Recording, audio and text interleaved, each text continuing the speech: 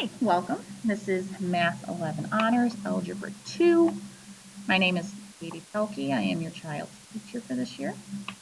So if we take a look at my little slide here, in the middle we have my contact information. There's my email address, kpelkey@esmschools.org, and my phone number, the school phone number, and then my extension is there. So if you need to get a hold of me, it is always best to send me an email. If you want me to call you, just send me an email and say, hey, Ms. Pelkey, can you please give me a call? And I absolutely will. I'm not always at my desk, so that's why email generally works out best. A little information about me. I have taught here since February 2008, so that's just over 12 years. This is, though, my 17th year of teaching. I was at Liverpool for a little while and then Auburn before I came here. Being an educator, especially right now, is a never-ending learning process. So I'm learning things right along with the students, and sometimes they're showing me some technology things that I didn't know, which is awesome. But it's definitely a learning process for everything right now. But as far as their math goes, my philosophy is they've got to try it. I can't stand up in front of the room talking all of the time. They've actually got to start trying some things and figuring things out for themselves. And sometimes the students will actually find a different way to be able to solve a problem that I didn't even think of initially.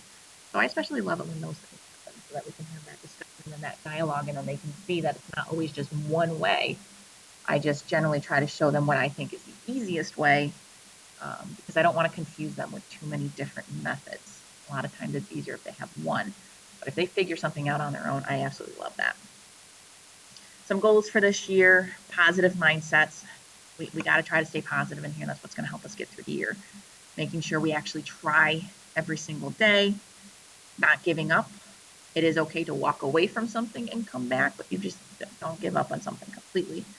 Being realistic, setting personal learner goals, and being a classroom citizen, making sure you're actually participating in the class and not just sitting there trying to wait for me to give them everything.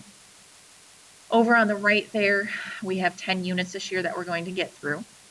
We actually just finished up rational expressions and equations, and we are moving on into radicals and complex numbers. Now, since this is an honors class, we do go a little bit faster pace than the Math 11 Regents class, and we do cover a little bit more content than they do as well. So the final difference between honors and Regents is some of my questions are just more challenging because it is an honors course. As of right now, we are planning the year as though they are taking that Regents exam in June of 2021. No one's told us that they're not, so we got to keep that mind frame is they are taking a Regents exam as of right now.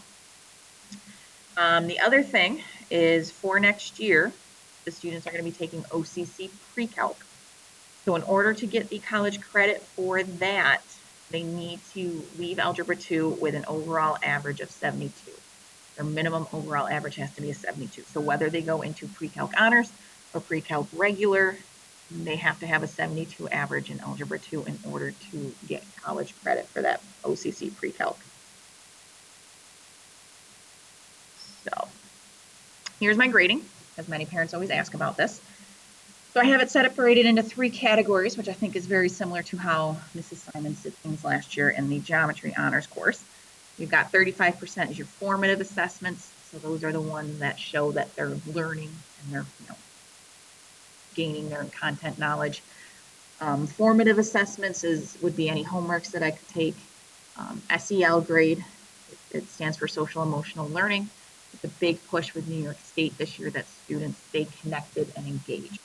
So that is the social emotional stuff. So making sure that they're actually talking to me. So students have to engage and make sure that they actually talk with me a couple times a week. So each week you'll see that grade in there.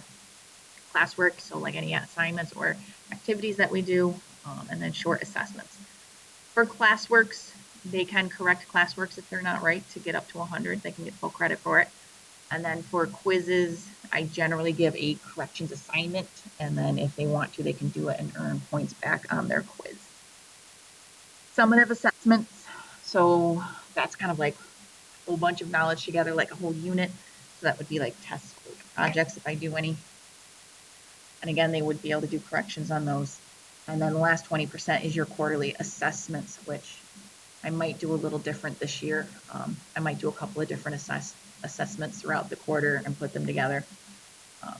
Still trying to figure that one out exactly, but quarterly assessments, they would not be able to do corrections on. I'm trying to get them used to remembering a whole bunch of knowledge because, again, that Regents exam, they're going to have to remember the whole year. So we can't lose that skill of studying and making sure that they stay up on their content and remembering a whole bunch at one time. Online class expectations. These were some expectations I shared with the students, and some of them are kind of starting to fall at the wayside with it. They got to be on time. They got to mute yourself. They're fine with the muting. Raising your hand or using the chat when you want to turn to speak. Some of them have been very good about using the chat. The big one is keeping your camera on. A lot of them turn off their cameras, and I can't see what's going on. I don't know if they're actually there. So I prefer the cameras stay on. So please remind them of that. I've had students in the past turn the cameras off and then they walk away. So I don't even know that they're there listening and participating. Plus, if their cameras are on and I can see their face, I'm better able to see how they're doing. Are they understanding something? Because it's always an expression on their face. And be respectful, pay attention, and sit in a quiet place with good lighting. Phones need to be away, TVs need to be away, video games need to be away, all that stuff needs to be away so that they can just purely focus on their studies. And then a little bit of help if they need some extra help. These are some different sites that they can go to. Up here on the top left, we have Delta Math. Some of their assignments are going to be on there. IXL, I know they've used this in the past, but this is a great website to practice skills. So it has an infinite amount of questions that it can give them on the different standards so that they just can keep practicing it to make sure that they actually understand what's going on. YouTube is not just for entertainment. Go figure. If they don't understand something, they can always go try to find a YouTube video that explains it. And maybe somebody will explain it in a different way than I have, and it makes sense to them. Like sometimes people just say things differently and all of a sudden it just clicks. So YouTube's a great resource for that. MathBits Notebook, again, it's another practice site, and it gives them a little mini lesson, and then they can go and practice some of the problems. And then Khan Academy, videos, practice, all that kind of stuff. There's a lot of different places they can go for the practice. Also right here in the middle, after school is virtual for now. So they have to sign up. There is an after school sign up sheet inside Google Classroom. It's all the way up at the top. So they can put their names in on that and then sign up. I'm here most Tuesdays and Wednesdays and Thursdays. I say most only because I have department meetings once a month on Wednesdays. And then there's some half days coming up on Wednesday, so I won't be available on those days for after school help. But the rest of them I will be, and if for some reason I'm not, I definitely will let the kids know ahead of time so that they can plan for that. But after school help definitely will be available. So one of the biggest things this year is making sure you tell your students they got to advocate for themselves. If they're having a hard time not understanding something, they got to talk with me about it. That kind of goes under the whole social emotional learning. I can't always see everything on the cameras, especially if they turn them off. So if they're having a hard time, I don't always know because I can't see them. I need them to talk with me. I don't want to wait until a quiz or a test or something to find out that they have no idea what's going on. Please, please, please make sure they advocate for themselves and let me know if they're having a hard time.